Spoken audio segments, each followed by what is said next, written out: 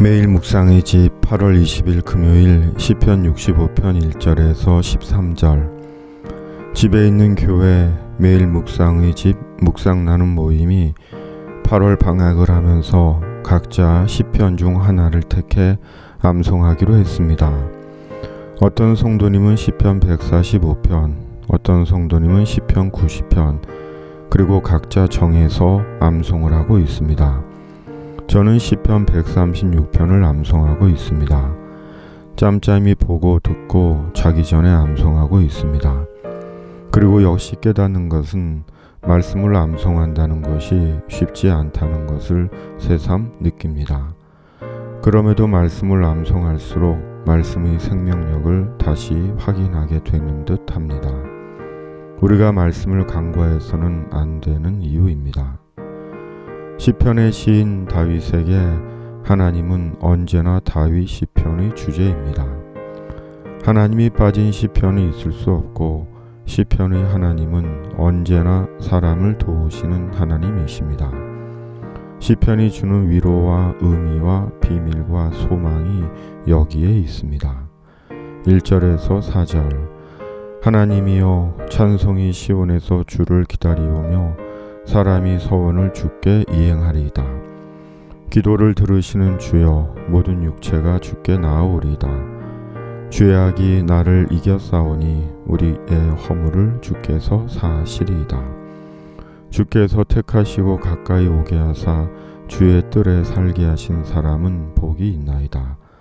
우리가 주의 집 곧 주의 성전의 아름다움으로 만족하리이다.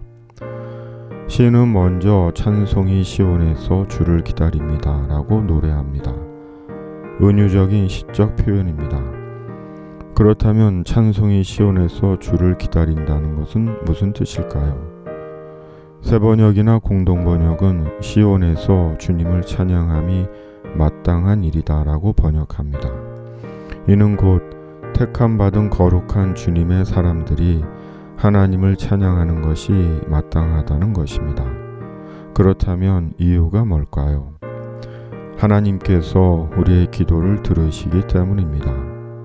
하나님께서 우리의 죄와 허물을 용서하셨기 때문입니다. 하나님께서 우리를 돌보시기 때문입니다. 하나님께서 우리를 하나님의 뜰, 하나님의 성전, 아름다운 천국으로 부르셨기 때문입니다. 한마디로 하나님께서 우리의 하나님이시기 때문입니다. 그러므로 하나님은 우리의 찬송을 받으시기에 충분한 이유를 가지신 분이십니다. 실은 우리의 찬송도 부족한 영원하신 우리의 주님이십니다. 5절에서 13절.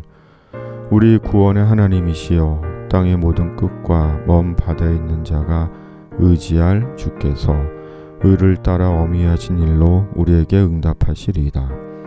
바다의 설렘과 물결의 흔들림과 만민의 소요까지 진정하시나이다. 땅끝에 사는 자가 주의 징조를 두려워하나이다. 주께서 아침 되는 것과 저녁 되는 것을 즐거워하게 하시며 땅을 돌보사 물을 대어 심히 윤택하게 하시며 하나님의 강에 물이 가득하게 하시고 이같이 땅을 예비하신 후에 그들에게 곡식을 주시나이다. 초장은 양떼로 옷 입었고 골짜기는 곡식으로 덮였음에 그들이 다 즐거이 외치고 또 노래하나이다. 하나님은 우리의 구원이십니다. 하나님은 세상의 소요를 그치게 하시고 사람에게 생의 기쁨과 소망을 주시며 사람을 돌보시고 사람에게 먹을 양식을 주시며 땅을 풍요롭게 하시고 만물이 하나님을 노래하게 하십니다. 그러므로 하나님을 시인하고 의지해야 합니다. 코로나19로 세상은 여전히 소란하고 불안하고 혼돈스럽습니다. 깨어진 자연 질서가 세상을 파괴시키고 있고 이해할 수 없는 삶의 자리가 때론 혼란스럽고 욕심과 쟁투와 저급한 유희와 가짜 뉴스가 사람들을 속이고 있고 영혼이 진리와 픽션을 혼동하고 있습니다. 그러나 하나님은 살아계시고 기도를 들으시며 우리를 구원하십니다. 그러므로 우리가 하나님을 의지하고 주님으로 우리의 소망을 삼아야 합니다. 참으로 우리의 찬송을 받으실 분은 오직 하나님이십니다. 주님, 저희가 하나님을 찬양함이 마땅합니다. 왜냐하면 하나님이 저희의 구원이시기 때문입니다. 하나님께서 우리의 기도를 들으시기 때문입니다.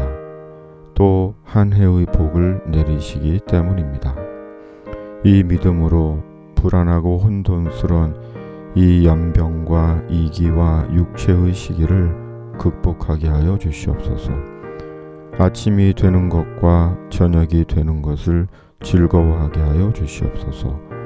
코로나19를 속히 종식시켜 주시고 집에 있는 교회, 매일 묵상의 집이 시편으로 주님을 찬양하게 하여 주시옵소서. 예수님의 이름으로 기도드립니다.